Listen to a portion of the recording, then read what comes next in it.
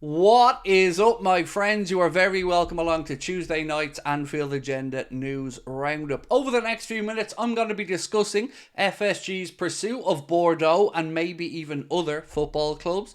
A shock goalkeeper link. We're going to be telling you how Liverpool's clever recruitment and selling strategy has netted us over £2 million, and a couple of other little bits and pieces along the way. I hope that you're enjoying the Euros action. As I'm sitting down to record this, it's half time in the Spain-France game, and what a game that's been so far. As I sit here, Spain lead by 2-1, but plenty of time still to go. So I'm going to get straight into it, but we do want to know your thoughts, so let us know in the comment section. Drop a like if you enjoyed the video, and don't forget to hit that subscribe button, and of course, as you can see in the bottom right hand corner, subscribe to the Anfield Agenda Clips channel, which is closing in on 30,000 subscribers. We appreciate your support. Right, folks, let's get into the FSG ownership model stuff. It looks like they're pushing hard to try and sign Bordeaux. Bordeaux have been relegated down to the second tier of French football, almost got back up, but at the moment could face being in the third tier unless they get their ownership situation sorted out. They've had real financial hardship, and this is why FSG could be the white knights to ride in and sort this whole situation out. But it's a little bit complicated. They have a wonderful stadium, but the stadium is I guess it's a combined ownership from private and the state, Bordeaux, over there. So I think maybe 50 million quid could buy out the government of that stadium. But it looks like FSG are pushing hard to buy Bordeaux, and it won't be a feeder club for Liverpool. They will be their own entity, so I don't really know how that will impact us on a day-to-day basis. But the Athletic have said that there is no sense that FSG's ambitions will stop with purchasing a European club. They've also looked at opportunities in South America, so keep your eyes peeled on the very latest there. Right, with regards to Mohamed Salah, we had a bit of a story earlier on that gave us more insight into those type of offers that were coming in from Saudi last summer for Mohamed Salah. This piece here from the Saudi Pro League, or Saudi Sports Minister, said, "We received a statement from the club that were interested in signing Mohamed Salah. The amount was astronomical, of course, but interestingly, they asked for a 1-year loan option of Mohamed Salah, which is quite strange. You know, I can't see why Liverpool would loan Mohamed Salah out for a year, then bring him back and have the same situation we're in now with 1 year to go on his contract. So I'm a little bit confused by it all. I don't get the feeling we've heard the end of their interest in Mohamed Salah, and I think we might hear some more stuff as this summer window unfolds. Of course, as Liverpool fans, many of us would like this situation resolved, be it a contract extension for Mohamed Salah or a sale. I just don't feel like letting him go for free is the best outcome, but we'll wait and see how this one pans out. So I did promise you a link to a goalkeeper, and it's a bit of a strange one, and I always get nervous because these links and the one I'm about to speak about now are for Alisson replacements. And I don't want Alisson to leave, and I've got no indication that Alisson is going to leave. We did report yesterday that the Saudi Pro League are going to touch base with Alisson again to see if he's changed his stance on being open to moving to the Saudi Pro League. I think it was around January time they went back to try and see if Alisson would be interested. He said no. Obviously, there's lots of talk of Ederson from Manchester City going across to the Saudi Pro League. But HITC have said that Liverpool have earmarked Real Madrid goalkeeper Andre Lunin as a potential replacement for Alisson Becker should the Brazilian wish to secure a move to Saudi Arabia.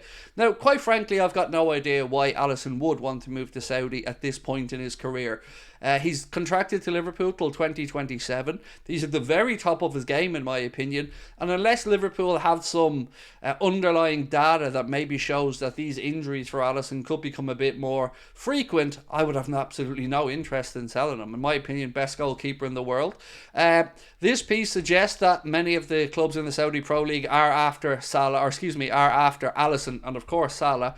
Rumours about Adrian, of course, he's gone back to Real Betis, but we do not know what is going to happen with Caoimhín Kelleher. Those rumours around Adrian that we were hearing for weeks came to fruition, is what I meant a moment ago. He's already gone over, signed for Real Betis. They've put out, in my opinion, that really cringy Rocky video, but if you haven't had a look, maybe check it out for yourself. But I've got to say, I don't know all that much about without Lunin. I know he filled in for Thibaut Courtois last season, but I also know that come time for the Champions League final, Carlo Ancelotti was putting Thibaut Courtois straight back between the sticks. So I don't know how good Lunin is. I'm sure that the data will show that he's more than capable, but it would be a worrying one for me if we were to lose Alisson and bring in Lunin. But look, just the idea of losing Alisson worries me. So let me know your thoughts on that. Do you think there's any way that the Saudi clubs could perhaps prize him away? As long as he keeps saying no, then we're golden. But if he shows any interest, maybe the pressure kicks up. So here's a bit of irony for you. Liverpool were rightly complaining about many of the 12:30 kickoffs that we got, high TNT Sport. But we have changed one of our own kickoff times. So Liverpool will play their final pre-season friendly game against Sevilla at Anfield Sunday, August the 11th at 12:30. Look, it probably makes sense because the club are looking to get as much time as possible for players to recover them before the Premier League gets underway, and every hour really does count. The club have also released a ticketing pricing for that game, so if you're looking to go to it, good news, the tickets are very reasonably priced. Adults will be charged £27, over 65s £20 25p. 18 to 21-year-old tickets are priced at just £13.50, and anybody under the age of 16 who's lucky enough to get a ticket will have to pay just £2 to go and watch the Reds taking on Sevilla. So well done to the club on that one. I mean that sincerely. Always great to see ticket pricing around that price for pre-season friendlies, and hopefully a couple of people who maybe will get to go to their first Liverpool game and enjoy the Anfield experience. So well done to the club on that one. Next up, I often told you guys at the start of the video about Liverpool making just over £2 million because of, well, sell-on clauses in this one. It's Kamil Grabara, remember him? Goalkeeper who was at Liverpool and he's now switched to Wolfsburg. That deal has been concluded. He was at FC Copenhagen. They then sold him to Wolfsburg for an initial £11.4 million, which means that because of our good business, Liverpool will see £2.3 million from the sale of Kamil Grabara go back into the club's coffers. So well done to whoever put that sell-on clause in his contract. He is a very good goalkeeper, by the way, so it was sad to lose him, but that's handy money for the Reds to bring in. So Thiago Alcantara also looks like he is set to take on a coaching job at Barcelona. He has been spotted at Barcelona's training ground. We know that Hansi Flick and Barcelona have made an offer to him to come in and become part of the setup of Barcelona. And look, I understand it completely. Barcelona is the club that he looks at, I'm sure, growing up thinking that that's his club. His father, I think, played for Villarreal, if my memory is correct. But I'm not surprised at all. I'm sure Liverpool will make a play at some point in the future, maybe to bring Thiago back as a coach, and I believe he would have a lot of wisdom to depart on those younger players. We've already seen Stefan Bajcetic openly thank Thiago for all of his mentorship and the lessons that he taught about playing in that midfield position. So let me know your thoughts on that one. Shame Liverpool couldn't have maybe poached him as a coach, but Barcelona have moved quickly to secure him. We're still waiting for confirmation of Johnny Heidinga joining Arne Slot's backroom staff. Former Everton centre-back, former assistant to David Moyes at West Ham as well.